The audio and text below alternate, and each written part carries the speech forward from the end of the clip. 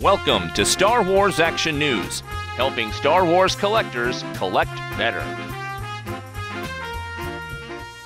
So as you can see, really wide variety of books that we've got in stores now, coming out soon. For the panelists, given that these films are so iconic and there's an almost 40-year history behind the saga, what were the biggest challenges when you guys came to, both from a writing standpoint and an editorial standpoint, what were the biggest challenges for you guys on these books? Holman, you want to start? For me, it was really trying to just recreate the atmosphere of every shot. Every shot created a particular sort of little puzzle that I had to solve. And I was talking to some colleagues this morning, and the felting is important, the set making is important, but really the lighting at the end of the day is, and that creates the atmosphere that either replicates the movie scene or does not. So for me to try to, because the characters are in felt, these images are going to be, it's a defamiliarizing process, right? You're seeing Star Wars, but in a new way. But at the same time, there has to be elements that strike your memory about what Star Wars is, and so that was the biggest challenge, was to both defamiliarize and have the familiar elements as well. See, now I thought you were going to say the biggest challenge was telling 3 movies, 12 words each.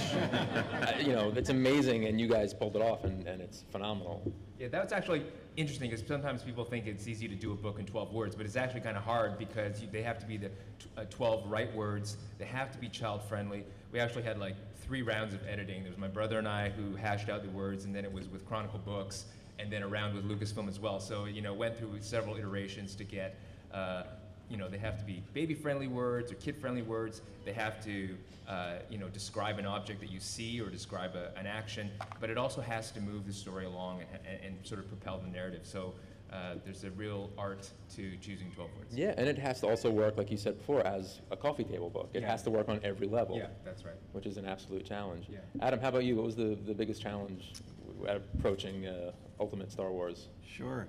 I think in some ways Ultimate Star Wars was straightforward, but one of the biggest challenges was working in an era with new canon. How do you deal with characters that like in the cantina or pilots, they're only on screen for a few seconds. So figuring that out, what to say about them in the new era moving forward was challenging, but it also meant doing a lot of work, as we mentioned, going back into Clone Wars and other things to find little tidbits, little storylines and things that from strange unexpected places that I might have overlooked as a viewer, to shed light on characters that appear in other places. And the way the book was ordered, for instance, a character like Lando Calrissian, who most of us, my generation and older, where we were introduced to them, like Lando is Empire Strikes Back, but now he originates in Rebels. So thinking about these characters, how they work in the Star Wars timeline and how they're relating to everybody else, and kind of reshuffling all of that in my mind was a bit challenging, and just the incredible amount of information to consume, I think. So it was a bit of work. Yeah. Jen, how about you from the editorial side? I don't know. It's interesting talking about it from an editorial perspective because, I'm really able to lean on the Lucasfilm story group a lot. When it comes to stories about the characters from the movies, I feel like completely confident. I know those movies by heart. I've spent basically my entire life obsessing about these characters. I always feel sorry for any author I'm editing who's writing Leia because they always get a whole bunch of comments about how they're wrong, how I think they're wrong. So, the challenges are more books like A New Dawn, for example, where we were dealing with these characters who were going to be appearing in Rebels, but they hadn't yet. So we didn't really know them. I didn't really know them. The author didn't really know them. And so we had to rely heavily on the people who were working on the series to kind of point us in the right direction of how these characters would behave, because we didn't have a full sense of them yet. It's slightly similar with something like Dark Disciple. I've watched the Clone Wars, but I think I've only watched them once, really. Like, I haven't watched them 100 million times like I have the movies. So my knowledge on that isn't as expansive, especially from a character perspective. So that's another example where if I'm not sure about anything, you know, luckily I can go to the story group and say, well, do you think this character would do that? You know, is this okay? So, you know, at the end of the day, my job is to make sure that everything feels like Star Wars. And luckily, I mean, most of our authors, I'm sure all of our authors, love Star Wars, and they have the same goal. So, I don't know, my job in that respect, I feel is not, it's more of a joy. More of a joy than a challenge. Christy, how about you from the writer's perspective? Well, with Dark Disciple, the nice thing about it was that as we're moving forward into the new canon, everything was self-contained. I had all the material available and accessible so that I could just, you know, pop up a bowl of popcorn and sit down and just binge watch this show. And I had it available so that I could watch certain episodes repeatedly to make sure that I got the descriptions right and the feel of the place right, things like that. The scripts were laid out, so that was, you know, hugely helpful as a point to go from. And I really just, this was kind of yeah, as Jen says, you know, I grew up with the big three and the first three movies, so that's kind of my core reference. So this was all new to me. Fortunately, as I said, it was self-contained. But it was so well done that I really was able to pick up on the rhythms of the show and hopefully capture the feel of the show and take these characters forward. And they were so strong. And I was able to see the animatics as well, which helped me get some idea of the body language of Quinlan Vos, whom we'd only seen in the one episode. But Ventress, really, I was really able to sit with her and capture her. And, you know, what a voice, right? You know, what a wonderful husky purr to have in your head when you're writing dialogue. So that was very helpful. I think if you trust the source, if you go to it and just go to it with respect and an open mind to see where it takes you, you can move forward on a project like this. But it was a challenge, and I did want to do well by it because I knew we had a lot of people who were so excited because this was kind of the first of the EU, as it were, almost, that was going to become canon. It was something that was not directly from the movies, that was moving forward. And so that was a pretty big task. Chuck, you probably have the biggest challenge of all in where you're coming from on this, I would think. Yeah, it's like, you know, as a kid, I watched Return of the Jedi, and then with all the other kids, and then from that point forward, I sort of had my ideas of where it went. And no matter what sort of happened with the books that came out already, like I have, you know, a vision in my head of where that goes. And so when I'm afforded the opportunity to actually sort of take that Star Wars movie that kind of lives in my head and then stamp it onto a page, and actually sort of own that a little bit, like not just like as like, I'm just going to write it for fun, but I mean, this is legitimate. This is like my own little postage stamp of the Star Wars universe.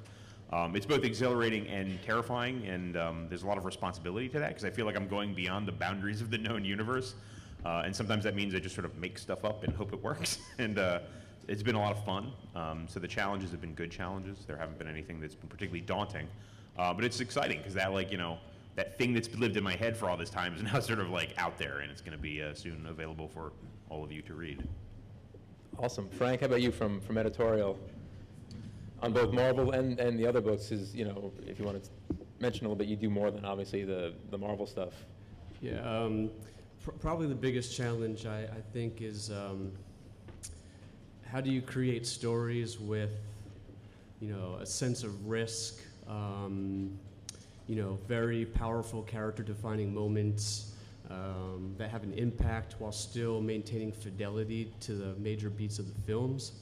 And so I think, you know, some of the really clever ways that, you know, Marvel's worked around it is, let's say, the Vader series.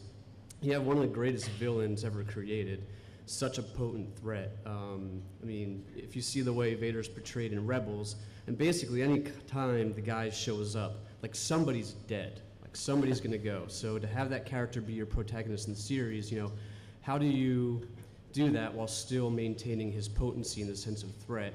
And so what Kieran's done is he's created an amazing cast of supporting characters who are really driving the book in a lot of ways. And with Vader, it's interesting because his mask is such a blank slate, but the writing of all the characters around him and all the interactions and all the conflicts, it's through that blank face mask, it's almost like a Rorschach. You can really read the emotions through it based on what's going on around it. So it's a really cool way of having the story around Vader, having him drive the story, yet not losing that potency. Another example I would think of would be Luke Skywalker. You know, if you see, you know, the flagship series takes place between Star Wars and Empire, and at the beginning of Empire, you know, Luke can barely lift his lightsaber. He hardly has any Force abilities whatsoever. And so he's sort of on his path to, you know, discover more about his Jedi heritage.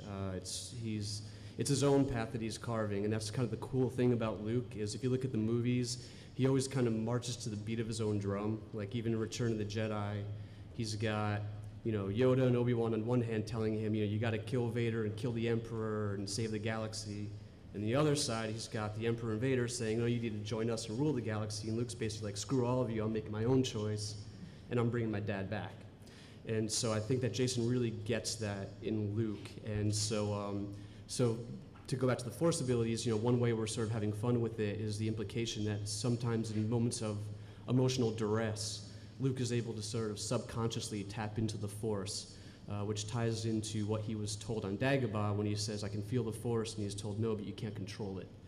And so it's sort of, you know, just playing with a lot of these ideas and using, you know, these limits as inspirations, you know, to really get clever with these characters. Even Lando, there's, Jesus Christ, there's this part at the end of the series. It's this really little thing, but my God, it just makes you fall so in love with the character. I'm sorry to be vague, I don't want to spoil anything, but I guess it's all the little moments that add up, and really you find out what's driving the characters, and that's how you know, strike that balance between telling really very important, impactful stories, and again, not taking away from the major beats of the films. And CB, for you, you know, Marvel's working with some of the top talent in the comics industry today. You know, what's the challenge bringing them into the Star Wars universe? I think the challenges were kind of first living up to expectations, which I think we've done a pretty good job. I think you guys might have surpassed them a little bit, yeah. Excuse me. And now the other challenge is it's almost about like taking chances. And I mean, when we have new writers that come into Marvel, we want them to come in and put their own stamp on something, you know, make it their own, kind of own it. And we get a lot of these new talents who come in and they want to be very respectful of these characters that they grew up, you know, reading and they love so much. So we get a lot of pitches for, you know, Spider-Man in the Daily Bugle or the X-Men in the Danger Room. And we read these stories that we've seen before. And we tell them, you got to go in. You're playing in our sandbox, but you can go in and you can break the toys a little bit. And that's what since we've been working with Lucasfilm when the Star Wars comics came back to us, we've been having to remind ourselves, and that, you know, Jen and Frank and Mike have been very, like, push the boundaries, take some chances. Don't tell the same stories over and over. And it's being respectful and figuring out how we can break the toys, so to speak, and put them back together and tell these new stories that with these characters that everybody knows and loves, but not pushing the boundaries too far, because, you know, it is something that we all love, and it's a shared universe that we all have to play in going forward. Awesome. We're going to open it up to questions from the audience in just a minute. Before we do that, I wanted to just quickly touch upon the Journey to Star Wars The Force Awakens program, which starts on September 4th. These are some of the covers. We had a nice reveal of them on StarWars.com yesterday, I believe, or perhaps the day before. The few that, you know, we've got some from Marvel here with CB, if you want to quickly touch base on what Greg is doing in Shattered Empire. Yeah, again, it's hard because we don't want to give away Right, yeah, we too can't much. say much, but. But, you know, Greg has been very involved with the road on a number of different projects. And he was the perfect guy to come in and work for us, you know, because of his body of work that he's had in comics over the years. Done some great work for Marvel. He was the guy we knew was going to be perfect to tell this story. With an artist, Marco Cacchetto, who's recently been doing New Avengers for us. It's a great, gritty, realistic style. He really capturing not just the likenesses of the characters, but the ships and the world and that kind of, you know, lived-in feeling that Star Wars has always had, and bringing that to the page, the printed page. It is a beautiful cinematic read, and I can't wait for you guys to check it out. And you can see, you know, it's like CB said, you know, Greg Rucka has been doing a fantastic job there. He's also writing the Han Solo book, which is set between 4 and 5. We have Jason Fry writing the Luke Skywalker book, which is also set between episodes 4 and 5. Cecil Castellucci and Jason Fry collaborated on the Princess Leia book, which is set right after episode 5. And then Claudia Gray wrote a YA novel called Lost Stars, which really spans the saga. It starts right after episode 3-ish and goes right after the end of 6. And she did a really beautiful, beautiful job with it. But let's talk to them and let's hear what you guys have to say. So if anyone has any questions, we have a mic in the center. You guys can line up and fire away. We only have a few minutes, so please try to keep them brief, and we'll try to keep our answers brief. All right. Just want to say first, really enjoying Dark Disciple at the moment, Thank you. and I'm looking forward to Aftermath. But my question is actually for the Marvel guys. I was wondering if you had any timelines for like possibly for the trades of the current series. Yeah, they'll be out. The trade's collecting the first arcs of Star Wars, of Vader, and Leia will be out. I believe it's in a couple months. It's the end of August and the beginning of September. All right. Excellent. Thanks. Hey guys, this question's also for the Marvel side. I grew up reading Dark Horse Star Wars, so you not only had to deal with Star Wars, but 20 plus years of Dark Horse comics. Like, talk about that challenge.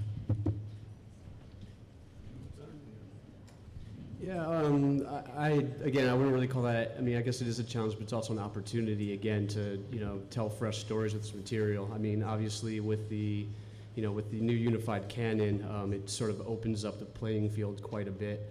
And so, you know, I think overall what everybody is coming into this with is just a spirit of fun. So. Yeah, it's been a thrill for us. You know, we have nothing but the stories that Dark Horse told over those years and the talented creators they worked with. It's great that we're able to take that library and also recollect it and get some of those fantastic stories from the past 2 decades out again and into the hands of the fans.